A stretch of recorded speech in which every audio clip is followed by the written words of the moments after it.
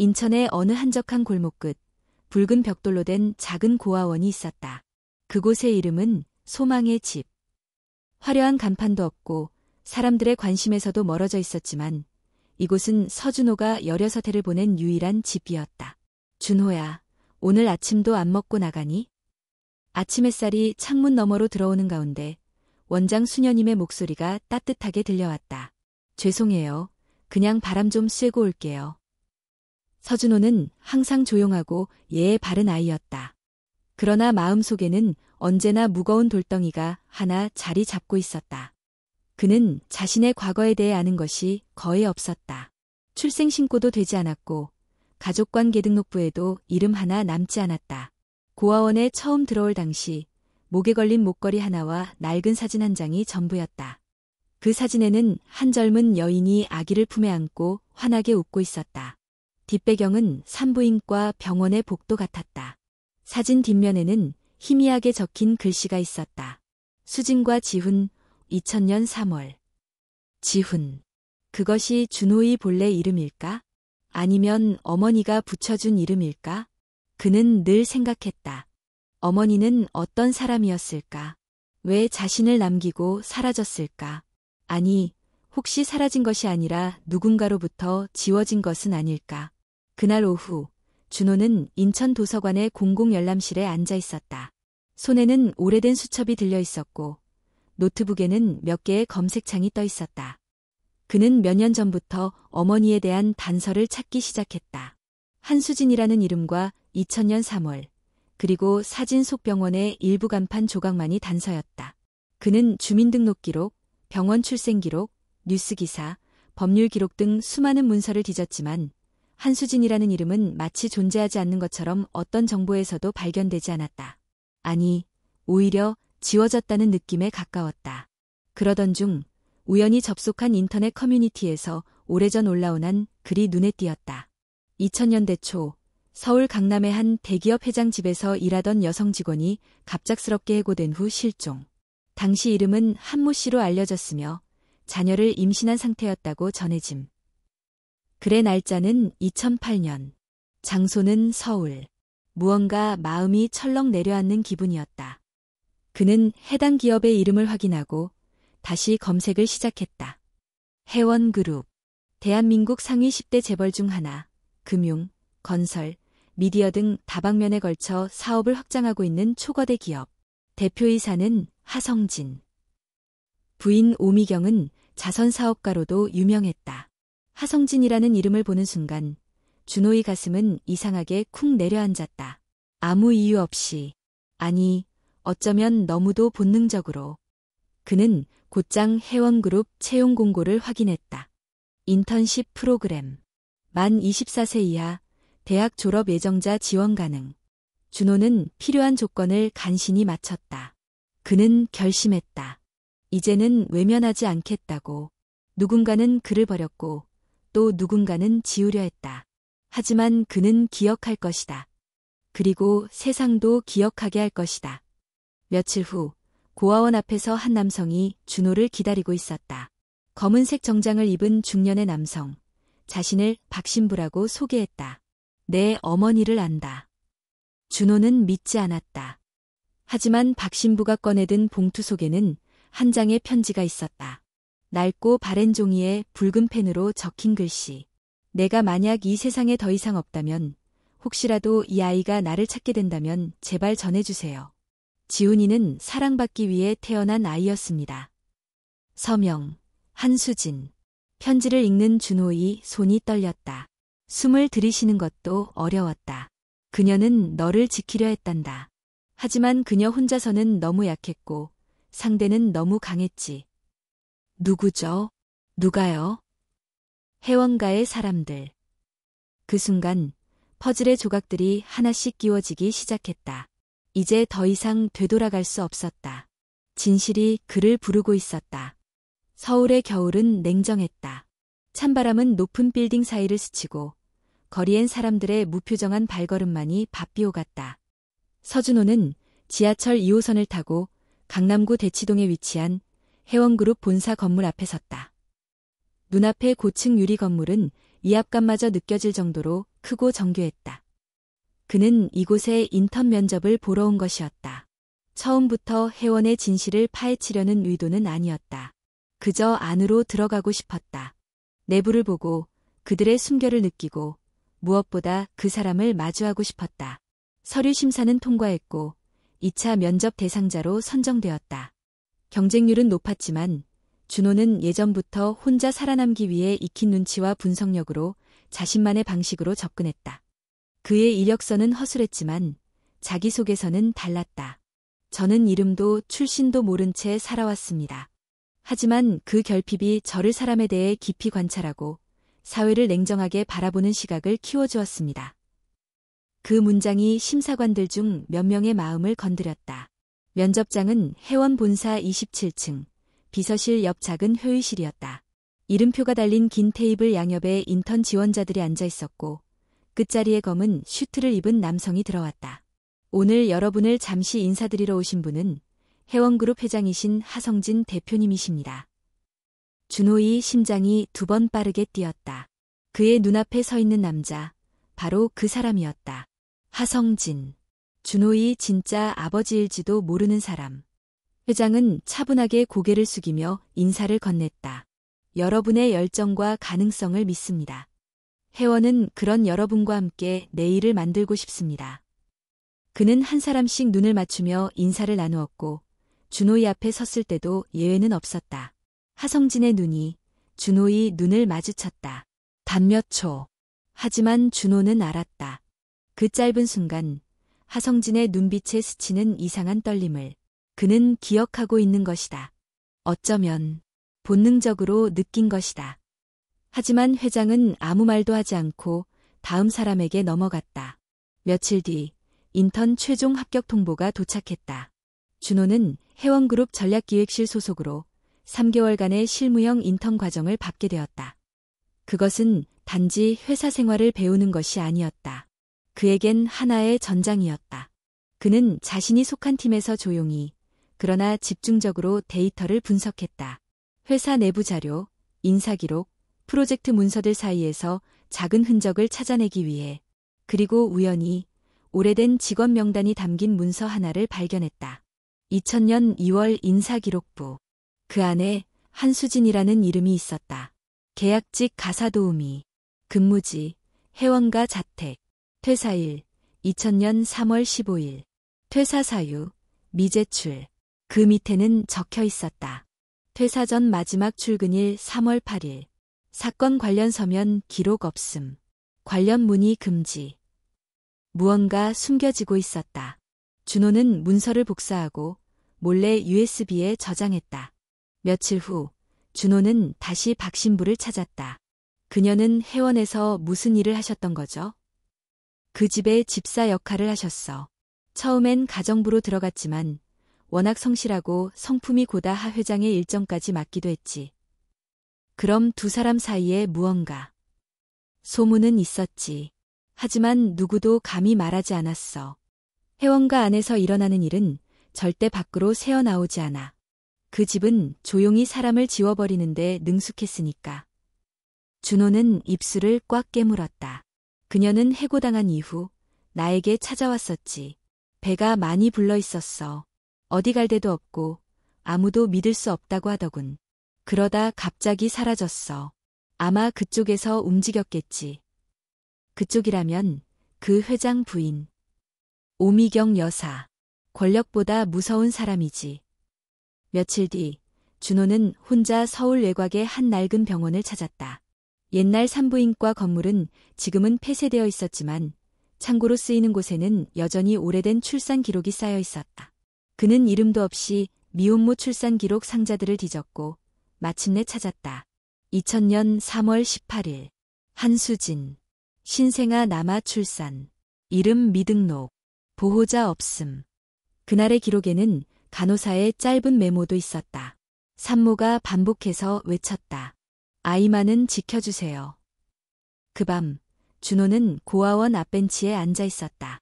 하늘에는 별 하나 없었고 바람은 찼다. 하지만 그의 눈에는 불꽃이 일고 있었다. 이제는 단순한 호기심이 아니었다. 한수진은 버려지지 않았다. 지워졌다.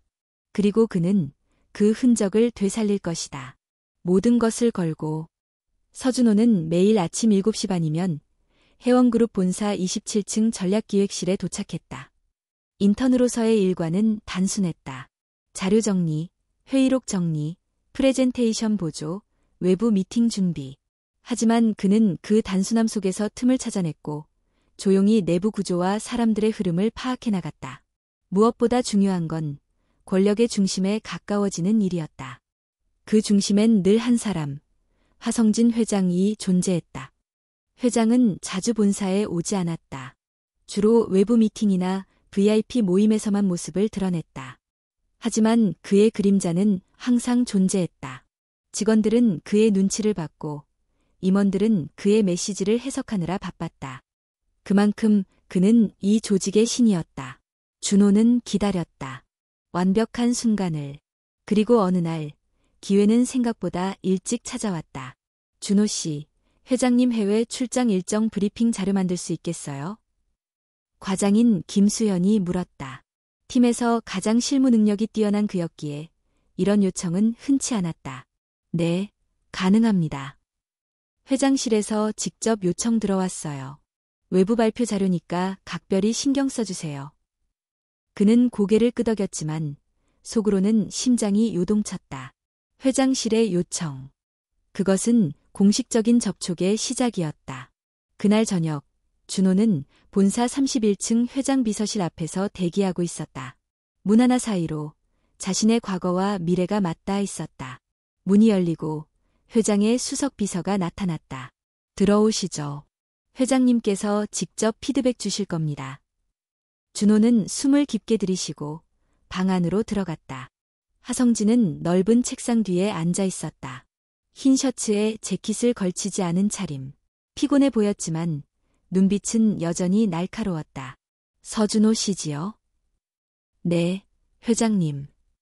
그의 목소리는 차분했지만 손끝이 떨리고 있었다. 자료 잘 봤습니다. 군더더기 없이 정리했더군요. 감사합니다. 하 회장은 몇 장을 넘기며 고개를 끄덕였다. 어느 대학 출신인가요? 한양대학교 경제학과입니다. 가정은? 준호는 눈을 들었다. 질문이 나올 것이라 예상했지만 막상 듣는 순간 가슴이 얼었다. 고아원에서 자랐습니다. 아. 하 회장은 짧게 한숨을 쉬었다. 감정인지 의뢰인지 알 수 없었다.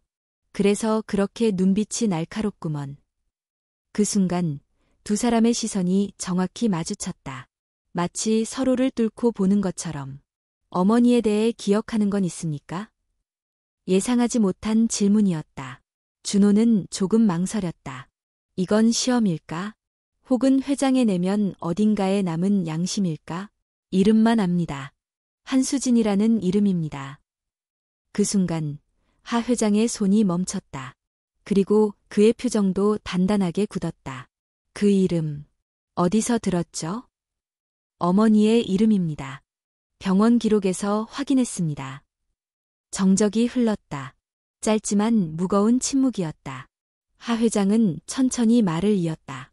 그 이름은 오래된 이야기군요. 그는 더 이상 아무 말도 하지 않았고 회의는 그 자리에서 끝났다. 며칠 뒤 준호는 회사 근처의 조용한 카페에서 누군가를 만났다. 혜원그룹 내부 고발자로 알려진 인물, 과거 비서실에서 일하다 사직한 후 잠적했던 여성 이서연이었다. 당신이 수진 씨 아들이라고요? 그녀는 놀란 눈으로 그를 바라보았다. 그 이름을 기억하세요? 기억하죠. 그 여자는 안타까운 사람이었어요. 조용했고 성실했고 무엇보다 회장님에게 너무 순수했어요. 그때 무슨 일이 있었던 거죠? 이서연은 깊은 숨을 내쉬었다.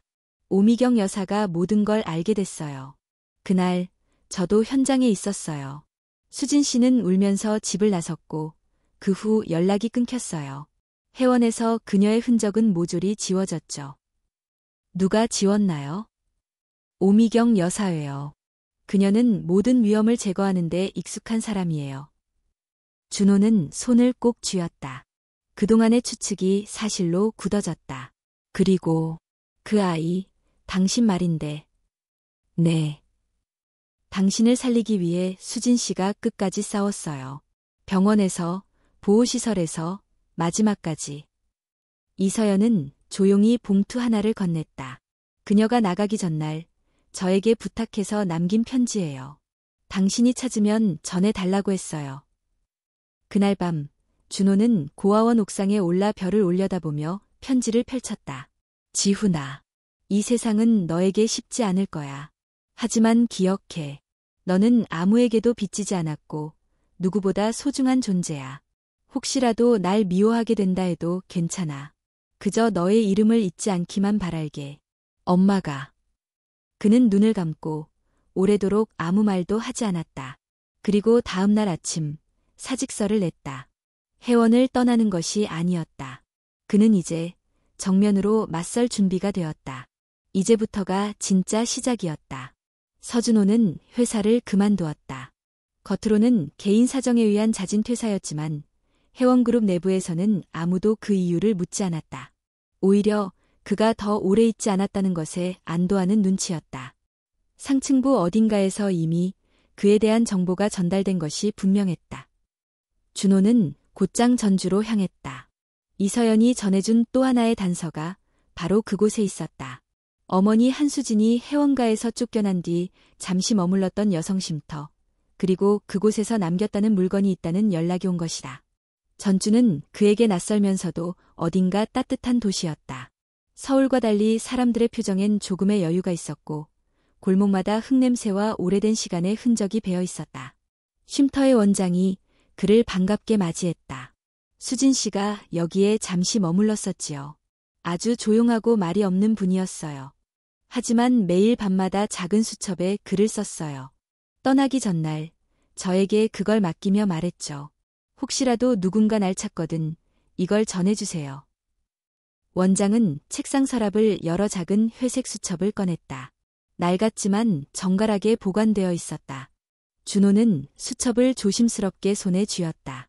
그날 밤 여관방 조명 아래에서 준호는 수첩을 펼쳤다. 수진의 필체는 작고 단정했다. 첫 장엔 날짜도 제목도 없이 이렇게 적혀 있었다. 이 아이는 나의 마지막 희망이다. 그 문장 하나에 이미 가슴이 뭉클해졌다. 다음 장을 넘겼다. 나는 지금 회원가를 떠났다. 짐도 없고 돈도 없다. 단 하나, 내 안에 있는 이 아이만이 내가 가진 전부다. 회장님은 아무 말도 하지 않았다. 그 사람의 눈에는 미안함도 책임도 없었다. 오직 두려움만 있었던 것 같다. 우미경 여사는 나를 가리켜 불결한 존재라고 했다. 나는 대답하지 않았다. 대신 안아주었다. 아이를. 지훈이라는 이름은 내가 선택했다. 한자로는 땅지, 향기훈. 세상에서 가장 낮고 따뜻한 이름으로 자라길 바랐다. 누군가를 증오하지 않고 사랑할 줄 아는 아이가 되길. 준호는 눈시울이 뜨거워졌다. 한 장, 또 한 장 일기장은 점점 더 간절해졌고 그 속에서 한 여인의 삶과 고통, 희망과 좌절이 고스란히 드러났다.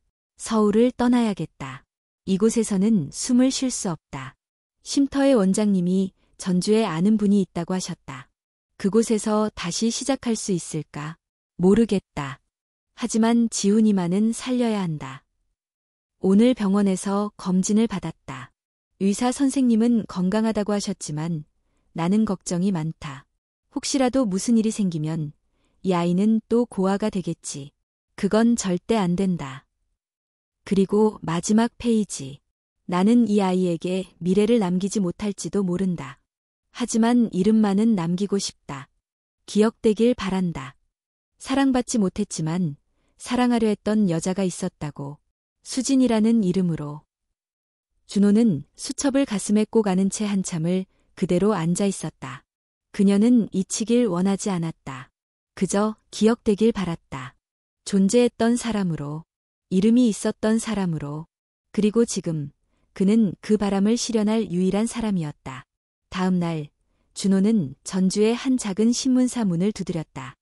그곳에 사회부 기자로 일하고 있는 윤다은, 이서연이 연결해준 인물이었다. 그녀는 몇 년 전부터 재벌가의 내부 문제와 불공정 사건을 집중 취재해온 독립적인 기자였다. 직접 만나 뵙고 싶었습니다. 윤다은은 단도직입적으로 말했다. 당신 어머니의 이야기를 처음 들었을 때 믿기지 않았어요. 너무 익숙한 구조였거든요. 여성, 하위직, 임신, 침묵, 제거. 반복되는 권력의 공식이죠. 그게 제 어머니의 삶이었습니다. 그리고 이제는 당신이 그 침묵을 깨려는 거군요. 준호는 고개를 끄덕였다. 그녀는 지워졌어요. 하지만 저는 남았어요. 그리고 말할 수 있어요. 하지만 혜원은 만만한 상대가 아닙니다. 그래서 당신이 필요한 겁니다.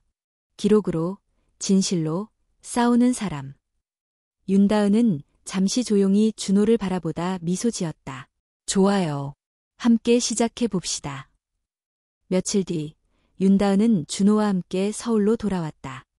그들은 먼저 기록을 정리했다. 병원 출산 기록, 한수진의 고용 이력, 이서연의 증언, 그리고 가장 중요한 일기장. 다은은 말했다. 이건 단순한 폭로가 아니에요. 당신 어머니의 인생이자 당신이 증명하고자 하는 존재의 이야기예요. 맞아요. 이건 사실 이상의 것이죠. 기억이에요. 그리고 그날 밤, 그들은 조용히 인터넷 기사 한 줄을 세상에 올렸다. 혜원가의 그림자 속에서 한 여인의 이름이 되살아나고 있다. 한수진, 그녀는 결코 사라지지 않았다. 인터넷 기사 하나가 세상에 조용히 퍼져나갔다. 화려한 제목도 없었고 선정적인 문장도 없었다. 하지만 그 안엔 오랜 침묵을 깨뜨리는 목소리가 담겨 있었다. 2000년대 초 혜원가 내부에서 벌어진 은폐된 출산 사건. 피해자는 당시 가사 도우미였던 한수진 씨로 현재는 사망한 것으로 추정된다. 관계자의 증언과 병원 기록, 피해자의 유품인 일기장을 통해 당시 상황의 진실이 서서히 드러나고 있다. 기사는 빠르게 공유되었다. 혜원이라는 이름 때문이었다. 누군가 그 이름을 감히 정면으로 겨냥했다는 사실만으로도 사람들은 숨을 죽였다. 사내에서는 즉각 회의가 열렸다. 홍보팀, 법무팀, 그리고 오미경 여사의 개인 변호사까지 소집되었다. 기사 내용이 퍼지기 전에 신속히 대응하셔야 합니다. 기자 신원을 파악하겠습니다. 법적 조치를 취할 준비도 해야 합니다. 하지만 그 누구도 아직 이 사건의 진짜 범위를 파악하지 못하고 있었다. 오미경 여사는 직접 회장실을 찾았다. 저 여자의 흔적을 없애라고 했을 때 분명하게 조치했잖아요. 하성진은 조용히 눈을 감았다. 그 아이가 살아남았다는 건 우리가 실패했다는 뜻이야. 실패한 건 당신이야. 책임도 당신이 져야 해. 오히려 지금은 우리 모두가 책임을 져야 할 때야. 오미경은 믿을 수 없다는 듯 웃었다. 지금 그 애를 감싸겠다는 거야? 난 그 애를 감싸는 게 아니야. 다만 더 이상 피하지 않겠다는 거지. 그녀는 눈을 부라리며 문을 박차고 나갔다. 윤다은은 침착하게 다음 수순을 준비하고 있었다.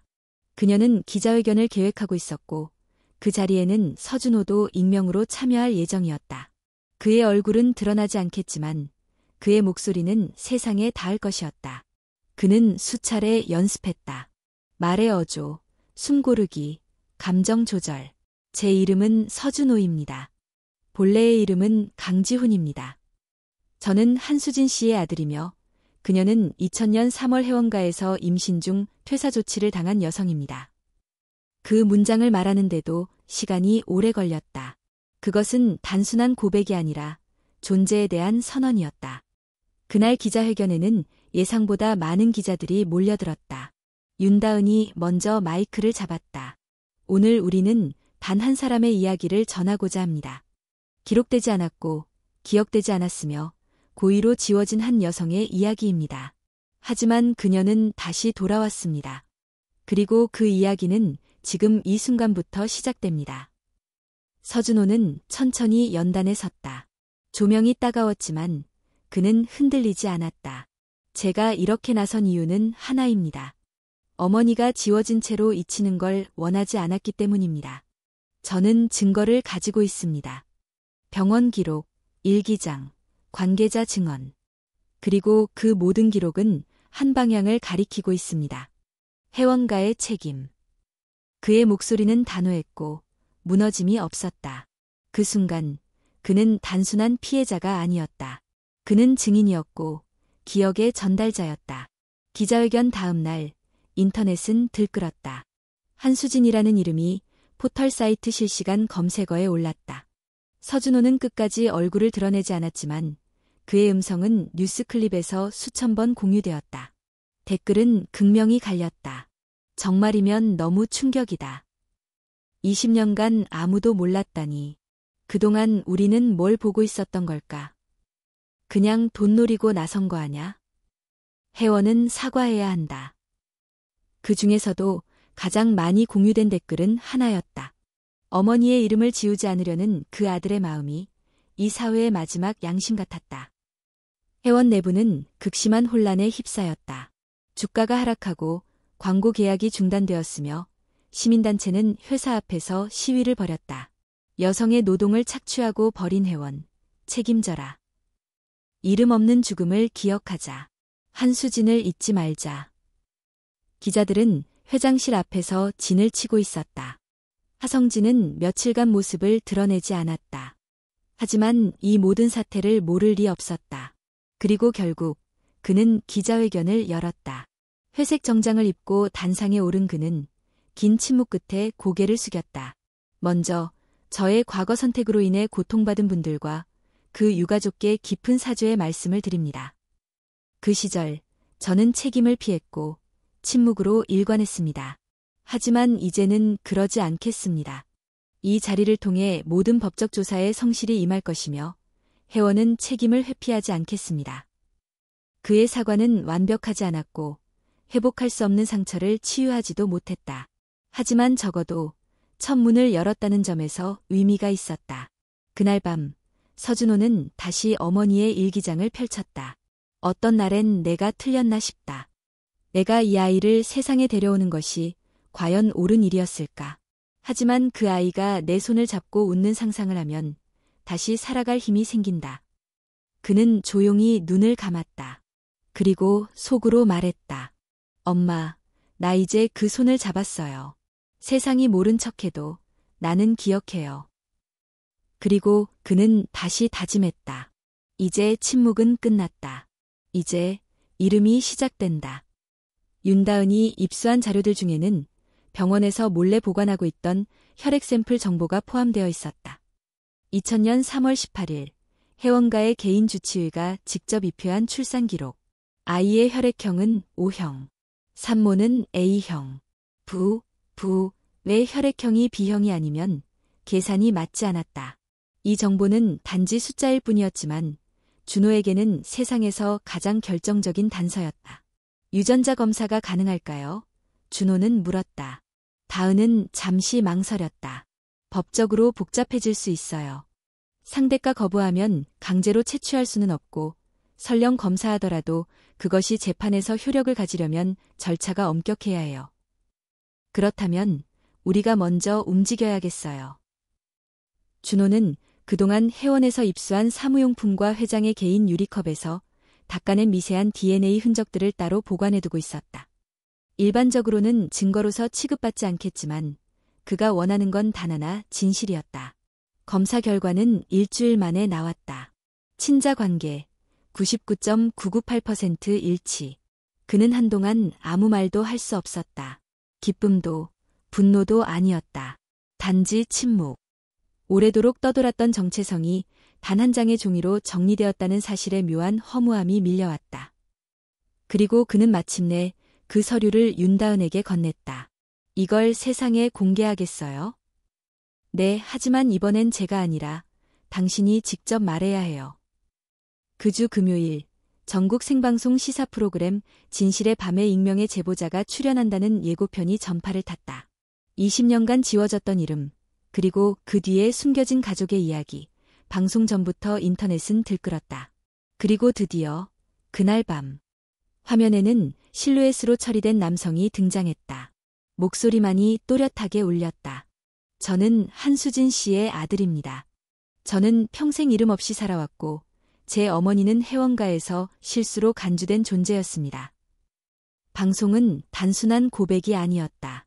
병원 기록, 수기, 일기장, 사진, 그리고 유전자 검사 결과까지 모든 것이 논리적으로 정리되어 있었고 반론의 여지를 거의 남기지 않았다.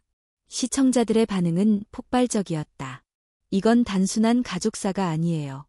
권력이 약자를 어떻게 짓밟은지를 보여주는 거죠. 그 사람이 저 자리에서 저렇게 말하기까지 얼마나 많은 걸 감내했을지 상상도 안 간다. 이제 회원은 응답해야 해. 그 주말 하성진 회장은 공식 성명을 발표했다. 유전자 검사 결과를 부정하지 않겠습니다. 저는 분명히 아이의 생존을 알지 못했습니다. 하지만 그게 변명이 될 순 없겠지요. 저의 비겁함과 침묵은 결국 하나의 생명을 외면하게 만들었습니다. 회원은 사회적으로, 법적으로 몰락해가기 시작했다. 광고주들은 줄줄이 계약을 해지했고 공정거래위원회는 회원그룹 내 계열사 간 불공정거래 혐의로 압수수색에 들어갔다. 오미경 여사는 언론을 피하며 잠적했다. 그녀에 대한 혐의는 주로 내부 협박, 명예훼손, 증거인멸 교사 등이었다. 그러나 증거 부족으로 정식 기소까지는 시간이 필요했다. 서준호는 어느 날 아침 자그마한 꽃다발 하나를 들고 전주의 오래된 공동묘지를 찾았다. 한수진이라는 이름이 새겨진 묘비가 그를 기다리고 있었다. 엄마, 이제는 모두가 당신 이름을 알게 됐어요. 그는 무릎을 꿇고 묘 앞에 조용히 앉았다. 그 사람은 사과했어요. 온전한 사과는 아니지만 적어도 숨지는 않았어요. 그리고 저도 이제 누구인지 알게 됐어요. 그는 묘비 위에 수첩을 올려두었다. 그 수첩은 어머니가 남긴 일기였고 이제는 세상의 증거였다. 며칠 후 윤다은과 준호는 함께 카페에 앉아 후속 보도를 준비하고 있었다. 다 끝난 것 같아요. 다은이 물었다. 아니요. 지금이 시작이에요. 그렇다면 다음은? 기억을 남기는 일이요. 기록하고, 나누고, 다른 수진들을 찾아내는 일. 그는 다은에게 새로 만든 명함을 내밀었다. 수진재단 이름 없는 이들을 위한 기억 대표 서준호. 이건 시작이에요. 나 같은 아이들이 또다시 버려지지 않도록. 다은은 미소 지으며 명함을 받아들었다. 이야기가 끝나지 않기를 바랐어요. 이제 정말 새로운 장이네요. 언젠가 누군가가 물을 것이다. 왜 싸웠나요? 그는 아마 이렇게 대답할 것이다. 누군가 내 어머니의 이름을 지우려 했고 나는 그것을 지우지 않으려 했습니다. 그게 전부입니다. 피와 명예. 하나는 선택할 수 없었고 하나는 스스로 만들어야 했다. 그리고 그는 자신의 피를 부정하지 않되 명예를 새로 쓰기로 한 사람이었다. 진실의 밤 방송 이후 대한민국은 하루아침에 흔들렸다. 회원그룹은 단순한 재벌그룹 그 이상이었다. 그들의 이름은 은행, 백화점, 방송국, 그리고 장학재단의 간판 위에 새겨져 있었고 사람들은 너무도 오랫동안 그 이름을 당연하게 여겨왔다. 하지만 이제 그 이름은 질문의 대상이 되었다. 서준호의 고백은 단순한 가족사나 개인적인 복수극이 아니었다. 그것은 누구의 삶이 기억되고 누구의 삶이 지워지는가에 대한 물음이자 사회의 침묵과 무관심에 대한 정면 도전이었다. 방송 이후 전국 각지에서 다양한 반응이 쏟아졌다. 전주의 고아원 원장은 기자들에게 말했다. 수진 씨는 세상에서 가장 조용한 사람이었어요. 항상 눈치를 보며 말조차 아끼던 사람.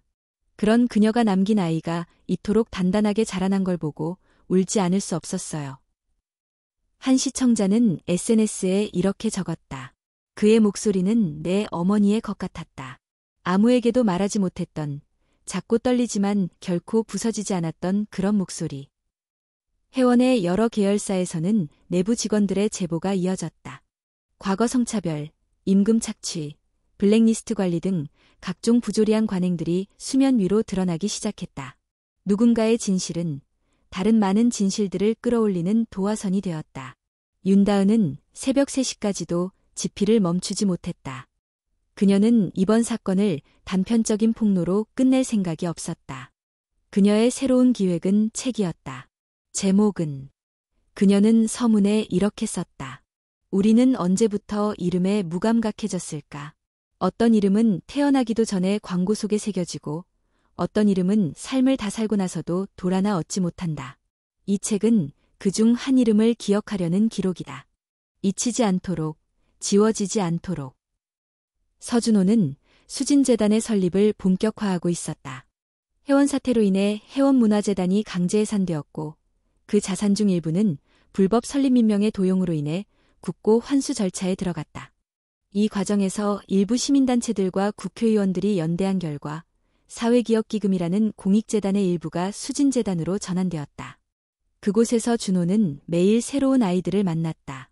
버림받은 아이들, 말없이 괴로워하는 청소년들, 그리고 아무도 찾아오지 않는 보호소의 어르신들. 그는 자신의 이름을 내세우지 않았지만 사람들은 점차 그를 알게 되었다. 저분이요? 그 방송 나왔던 분이에요. 자신은 드러내지 않으려 하더라고요. 근데 참 이상하게 따뜻해요. 우리가 안다고 하면 잠깐 웃고 다시 조용히 자기 자리로 돌아가요. 하성진은 회사의 모든 직책에서 물러났다. 그의 공식적인 마지막 발언은 짧았다.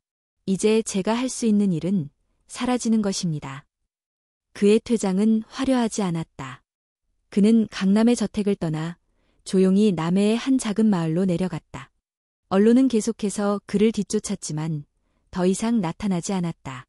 오미경 여사는 끝내 대중 앞에 모습을 드러내지 않았다.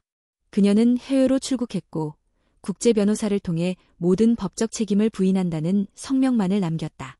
하지만 사람들은 그 성명보다 어딘가 이름 없는 묘비 앞에 앉아 꽃을 놓고 간 한 남성의 사진을 더 오래 기억했다.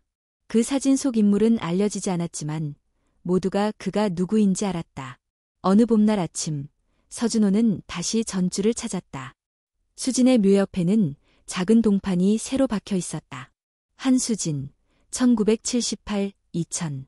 이름은 지워졌으나 기억은 남는다. 그녀는 말없이 세상을 살았고 세상이 모른 척한 자리를 사랑으로 채우려 했다. 그는 조용히 앉아 바람에 흩날리는 꽃잎을 바라보았다.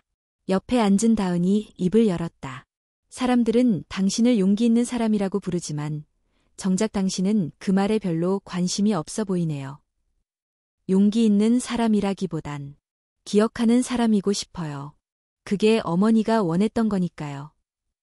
기억하는 게 때로는 더 아픈 일이에요. 그래서 잊지 말아야 해요.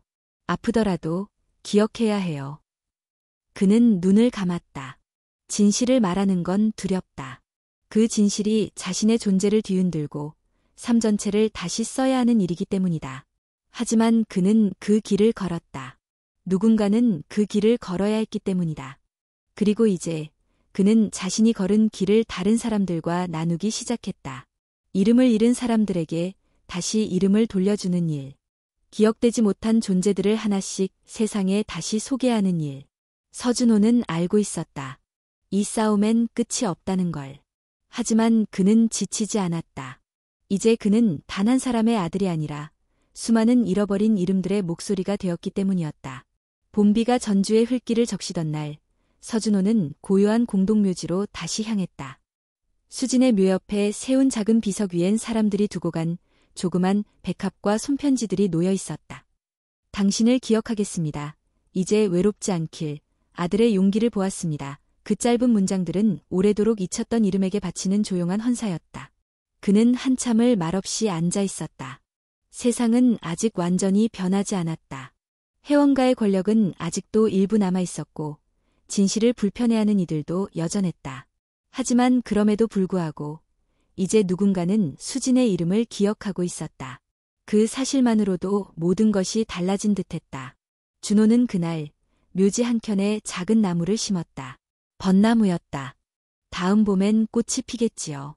엄마도 보셨으면 좋았을 텐데. 그는 조용히 말했다. 며칠 뒤 수진재단은 첫 번째 장학금 수여식을 열었다. 전국에서 추천된 청소년 중 10명이 선발되었고 그들은 가정폭력 피해자, 미혼모 자녀, 보호시설 퇴소 청년 등 각기 다른 배경을 가진 이들이었다. 무대 위에 오른 준호는 짧게 말했다.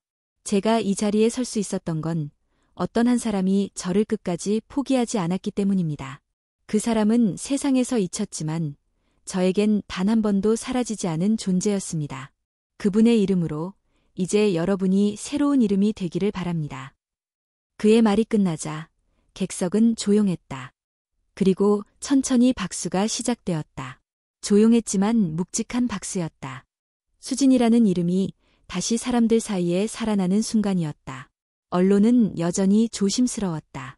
회원그룹 사태 이후 많은 매체들이 스스로를 돌아보며 왜 아무도 질문하지 않았는가를 주제로 칼럼을 싣기 시작했다.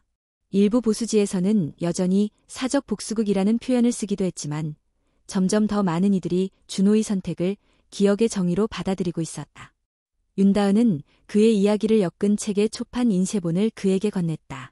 이건 당신 이야기지만 동시에 많은 이들의 이야기예요. 우리가 이름을 잃는 건 단지 기록에서 사라지는 게 아니라 존재가 지워지는 거니까요. 준호는 책을 조심스럽게 넘겼다. 표지엔 수진의 손글씨에서 따온 글자가 삽입되어 있었다. 지훈, 사랑해. 그 짧은 말이 책 한 권보다 더 많은 이야기를 담고 있었다. 어느 날 수진 재단에 한 통의 편지가 도착했다. 발신인은 적혀 있지 않았다. 편지에는 오래된 흑백 사진 한 장과 짧은 문장이 적혀 있었다. 그녀는 혼자가 아니었어요. 우리도 기억합니다. 사진 속에는 젊은 수진과 함께 일하던 가사도 우미들이 있었다. 누군가는 이름도 기억나지 않았던 사람들이었지만 이제는 다시 고개를 들고 기억의 증인이 되려는 듯했다. 준호는 다은과 상의하여 이틴 사람들이라는 이름의 증언 프로젝트를 시작했다. 회원가뿐만 아니라 사회 각지에서 존재조차 인정받지 못한 이들의 이야기를 수집하고 기록하는 작업이었다. 이건 복수가 아니야. 복수는 증오에서 시작되지만 우리가 하려는 건 기억에서 비롯된 일이야. 그의 말에 다은은 고개를 끄덕였다. 기억은 언제나 더 많은 사람을 품을 수 있어요. 증오보다 훨씬 멀리 가죠. 가을이 되자 전주 공동묘지의 벚나무는 잎을 떨구기 시작했다. 잎 하나하나가 땅에 닿을 때마다 누군가의 목소리가 들리는 듯했다. 말없이 버텼던 수진의 날들, 그녀가 남기려 했던 그 한 줄기 희망. 그날 준호는 노트를 꺼내 조용히 글을 썼다. 어머니, 저는 여전히 당신의 아들입니다. 하지만 이제는 수많은 이름 없는 아이들의 형이기도 하고 친구이기도 하며 그들이 기대어 쉴 수 있는 나무이고 싶습니다. 당신이 외로웠던 만큼 저는 누군가의 따뜻한 어깨가 되고 싶어요. 저는 잊지 않았고 잊지 않을 겁니다. 당신의 이름을. 글을 마치고 그는 고개를 들었다. 바람에 흩날리는 노을빛 잎사귀 사이로 어딘가 따스한 눈빛이 자신을 바라보는 듯했다. 그는 미소 지었다. 어머니는 결코 잊혀지지 않았다. 그녀는 오히려 지금 이 순간에도 계속 살아가고 있었다. 사람들의 기억 속에서, 행동 속에서, 그리고 바로 그의 마음 안에서 겨울이 다가오고 있었다. 전주의 하늘은 유난히 낮았고 바람은 서늘했다. 하지만 수진재단의 사무실 안은 따뜻했다. 낡은 건물이었지만 벽마다 붙어있는 손편지들과 아이들의 그림이 이곳이 단지 기관이 아닌 기억의 집이라는 걸 말해주고 있었다. 서준호는 창가에 앉아 자료 정리를 하고 있었다. 요즘 그는 다시 조용한 일상으로 돌아가려 애쓰고 있었다. 언론의 관심도 줄었고 사람들의 기억도 차츰 흩어져 가고 있었다. 그것이 자연스러운 일이기도 했다. 하지만 그는 알고 있었다. 잊힌다는 것이 얼마나 빠르고 얼마나 잔인한 일인지. 그래서 매일 아침 그는 그날의 뉴스와 기록들을 모으고 정리하며 수진의 이름이 어느 날 다시 사라지지 않도록 스스로 다짐하고 또 다짐했다. 어느 날 오후 한 중년 여성이 조심스럽게 재단 문을 열고 들어왔다. 검은 코트를 입고 있었고 눈가에는 깊은 주름이 져 있었다. 안녕하세요. 혹시 서준호 씨를 만날 수 있을까요? 비서가 안내하자 준호는 차를 내오며 자리에 앉았다. 처음 뵙겠습니다. 무엇을 도와드릴까요? 여성은 손에 든 작은 봉투를 책상 위에 올려놓았다. 저는 한수진 씨와 함께 일했던 사람입니다. 아주 오래전 일이에요. 준호의 눈빛이 흔들렸다. 당신이 그분의 친구셨나요? 친구라고 말하기엔 부끄러울 정도로 저는 그녀가 쫓겨나는 날 그냥 아무 말도 하지 못하고 있었어요. 무서웠고 잘릴까 봐 두려웠어요. 하지만 그 후로 단 한 번도 그날을 잊지 못했어요. 그녀는 봉투를 열어 사진 한 장과 손편지를 꺼냈다. 이건 그날 그녀가 남긴 쪽지예요. 당신에게 전해주고 싶었습니다. 준호는 천천히 종이를 펼쳤다. 만약 누군가 내 아이를 찾아준다면 꼭 이렇게 말해주세요. 지훈이는 세상에서 가장 사랑받을 자격이 있는 아이였다고. 그리고 나도 끝까지 그를 사랑했다고. 눈앞이 흐려졌다. 수많은 자료들, 증거들, 증언들 속에서도 단 한 줄 이 말이 그 어떤 사실보다 더 뜨겁게 가슴을 후벼 팠다. 그는 고개를 들어 여성을 바라보았다. 감사합니다. 이 말, 평생 간직하겠습니다. 여성은 고개를 숙이고 조용히 떠났다. 하지만 그녀의 한마디, 그리고 수진의 글은 그날 준호의 마음에 깊은 각인을 남겼다. 다음 날, 준호는 윤다은과 함께 서울에 있는 방송국을 찾았다. 다은이 주도하고 있는 새로운 다큐멘터리 프로젝트, 제목은 이 다큐는 수진의 이야기로부터 시작해 한국 사회에서 잊혀진 여성들, 이름 없이 사라진 이들의 목소리를 기록하려는 시도였다. 다은은 이 다큐의 마지막 장면에 준호의 목소리를 삽입하고 싶어 했다. 단 한 줄이면 돼요. 너무 길게 말하지 않아도 돼요. 그냥 당신의 진심이면 충분해요. 녹음실 안, 마이크 앞에 선 준호는 잠시 눈을 감았다. 그리고 조용히 말했다. 기억은 의무입니다. 어떤 이름은 우리에게 남겨진 숙제입니다. 단 한 줄이었다. 그러나 스튜디오 안의 공기가 멈춘 듯했다. 엔지니어는 고개를 들며 조용히 말했다. 이제 끝났네요. 아주 오래 기억될 한 줄이었어요. 다큐멘터리는 방영 즉시 뜨거운 반응을 얻었다. 기존의 충격적 폭로보다는 더 조용하고 깊은 이야기였기에 더 오래 여운이 남았다. 시청자 게시판엔 수많은 익명의 사람들이 글을 남겼다. 우리 엄마 이야기도 이런 걸까요? 다시 생각해보니 내 주변에도 수진 같은 분들이 있었던 것 같아요. 이젠 그냥 스쳐 지나갈 수 없을 것 같아요. 이름을 부르겠습니다. 이 다큐를 통해 수진은 단지 과거의 피해자가 아닌 변화의 상징으로 남게 되었다. 그녀의 이름은 사회복지 교재에도 언급되었고 몇몇 시민단체에서는 그녀의 삶을 기억하는 전시를 열기도 했다. 그리고 어느 학교에선 한 교사가 국어 수업 시간에 학생들에게 이렇게 말했다. 오늘은 문학이 아니라 이름에 대해 배워볼 겁니다. 여러분의 이름, 그리고 세상에서 잊힌 이름들에 대해서요. 계절은 다시 돌아봄이 되었고 준호는 수진의 묘 옆에 서 있었다. 벚꽃이 만개한 나무 아래 수진의 묘 앞엔 또 다른 비석이 하나 더 생겨 있었다. 그 비석에는 이렇게 적혀 있었다. 강지훈, 한수진의 아들. 잊힌 이름들을 불러낸 사람. 세상의 침묵에 맞서 한 줄의 기록을 남긴 자. 이 비석은 준호의 요청으로 세워진 것이 아니었다. 재단의 후원자들과 시민들이 자발적으로 모금하여 세운 것이었다. 그는 고개를 숙여 말했다. 이제 엄마 이름만 있는 게 아니에요. 이제는 우리가 함께 있어요. 세상에서 가장 작은 이름들이 함께. 그의 말에 나무 위 꽃잎이 한 잎 떨어져 그의 어깨에 앉았다. 마치 누군가가 조용히 등을 토닥여주는 듯했다. 그 순간 그는 깨달았다. 이 싸움은 끝이 없지만 그 안엔 시작된 사랑이 있었고 다시는 잊히지 않을 이름들이 있었다는 것을. 초여름의 서울, 따사로운 햇빛이 건물벽에 반사되어 거리를 물들였다. 도시의 소음은 여전히 빠르게 흘렀고 사람들은 바쁘게 살아가고 있었다. 하지만 그 속 어딘가 잊히지 않기 위해 그리고 누군가를 기억하기 위해 조용히 발걸음을 옮기는 사람들이 있었다. 그날 수진재단에서는 창립 1주년 기념 행사가 열렸다. 많은 이들이 모였다. 장학금 수혜자들, 회원의 사퇴 이후 연대했던 활동가들, 그리고 익명으로 후원금을 보내왔던 시민들까지. 무대 앞에는 조그마한 현수막이 걸려 있었다. 기억이 이름이 되는 날. 준호는 단상에 올랐다. 흰 셔츠에 회색 정장을 입은 그는 예전보다 훨씬 여유 있는 얼굴이었다. 많은 시간이 흘렀지만 그의 말은 여전히 단정하고 조용했다. 1년 전 오늘 제 어머니의 이름이 세상에 다시 불렸습니다. 그리고 그 이름이 저를 살렸고 또 다른 이름들을 깨우기 시작했습니다. 그는 잠시 눈을 감았다. 우리는 늘 거창한 진실을 꿈꾸지만 사실 진실은 아주 작고 조용하게 존재합니다.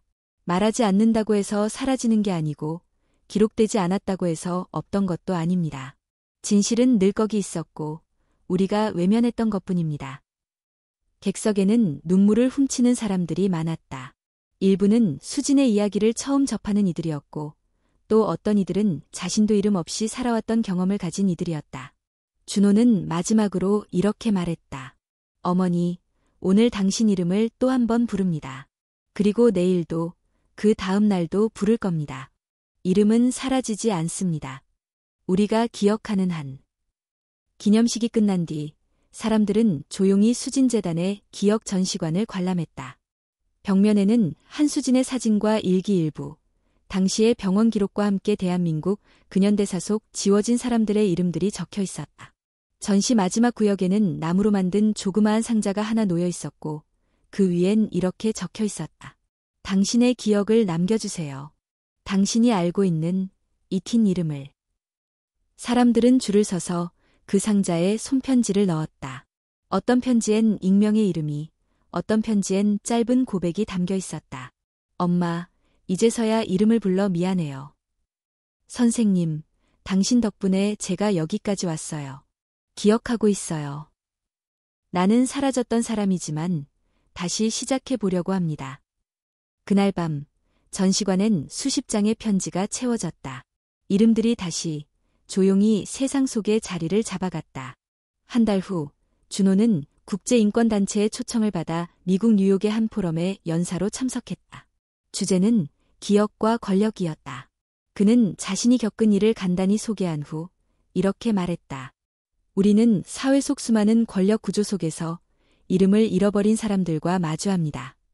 이름은 단순한 기호가 아니라 존재의 시작이자 권리입니다. 저의 어머니는 그 이름을 지키려 싸웠고 저는 그 싸움을 이어받았습니다. 지금도 이어가고 있습니다. 현지 통역을 맡은 사람이 울먹이며 말했다. Your mother's name. It matters. Thank you for remembering her. 행사가 끝나고 여러 나라의 인권 활동가들이 준호에게 다가왔다. 당신의 이야기는 단지 한국의 이야기가 아닙니다. 우리 모두의 이야기입니다. 그는 그 말에 조용히 고개를 끄덕였다. 어머니의 이름은 이제 국경을 넘어 이침에 저항하는 상징이 되어 있었다. 어느 늦은 저녁, 준호는 전주 수진의 묘 앞에 다시 섰다. 이번엔 혼자가 아니었다. 수진재단에서 함께 활동하고 있는 청소년 10명과 함께였다. 아이들은 한 명씩 돌아가며 수진에게 인사했다. 어떤 아이는 어릴 적 자신이 보호소에서 느꼈던 외로움을 이야기했고 어떤 아이는 앞으로 간호사가 되어 사람들을 돕고 싶다는 포부를 밝혔다. 마지막으로 한 여학생이 조심스럽게 말했다. 이제 제 이름은 더 이상 숨기고 싶은 이름이 아니에요. 수진 선생님 덕분이에요. 준호는 그 말에 가볍게 웃으며 손에 들고 있던 작은 카드를 꺼냈다. 그 카드엔 이렇게 적혀 있었다. 이름, 강지훈. 직업, 기억하는 사람. 소속, 수진의 아들. 그는 아이들을 바라보며 말했다. 우리가 잃은 이름을 다시 부를 수 있는 용기를 가져야 해요. 그리고 그 이름을 부를 때 우리는 더 이상 혼자가 아닐 거예요. 몇 년 뒤, 이름 박물관이 설립되었다. 수진재단의 기록 활동이 기반이 되어 만들어진 이 박물관은 이름 없이 살아간 수많은 사람들의 삶을 기록하고 전시하는 공간이었다. 매년 3월 18일, 한수진의 생일이 있는 주간엔 기억의 주간으로 지정되어 전국에서 다양한 행사가 열렸다. 그 주간이 되면 사람들은 편지를 쓰고 이름을 부르고 자신이 사랑했던 이들을 기억하는 시간을 가졌다. 누군가는 그 주간을 이렇게 불렀다. 가장 조용한 혁명. 시간은 흐르고 계절은 바뀌었지만 어떤 이름은 다시는 지워지지 않았다. 한수진이라는 이름은 이제 단지 어떤 한 여인의 이름이 아니었다. 그 이름은 어두운 곳에서 침묵하던 수많은 목소리를 끌어올리는 힘이 되었고 세상이 외면한 존재들에게 당신도 이름을 가질 수 있다는 희망의 증거가 되었다. 그리고 그 모든 시작은 한 소년의 기억에서 비롯되었다. 지워지지 않기를 바랐던 그 이름. 다시 부를 수 있기를 바랐던 그 이름. 그리고 이제 모두가 함께 부르고 있는 그 이름. 한수진.